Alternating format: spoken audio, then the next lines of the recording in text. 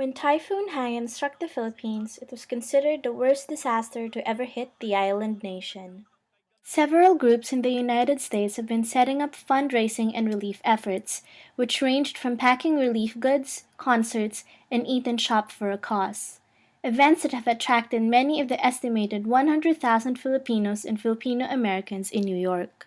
Um, in our little district, within all of the schools around the New York metropolitan area, a lot of people have been inviting us, telling us about their fundraising events for the typhoon relief.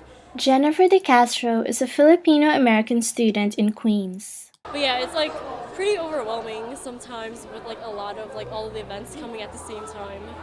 The myriad of projects could tire out donors, according to the Filipino American Unity for Progress. People go straight to fundraising, holding up events, and it's just been happening all the time. But now we're seeing how people are trying to do their own thing, trying to put their name on it and say, okay, we did a fundraising event, we did our part. But what Unipro is really trying to encourage is collaboration, trying to see what organizations are already doing a happy hour, so we don't have 5 happy hours in one night.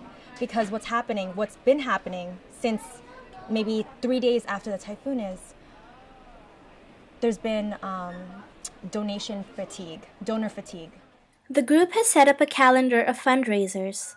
It asked other groups to try and pace their events so people are not so overwhelmed. Ocampo said if there are too many, willing donors spread both their time and money too thin. The events, though, still need to continue as the rebuilding efforts are getting underway.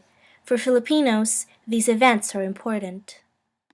Philippines is always in my blood, so it's always I have my heritage there. These events are starting to shift from in-kind donations of food to money for construction materials, for the rebuilding effort estimated to take years. There is no consolidated data yet on how much money has been raised, but some charities reported receiving over $10 million in cash. For Filipinos so far from home, this is one way they can help the land they love. Emilia David, Queens.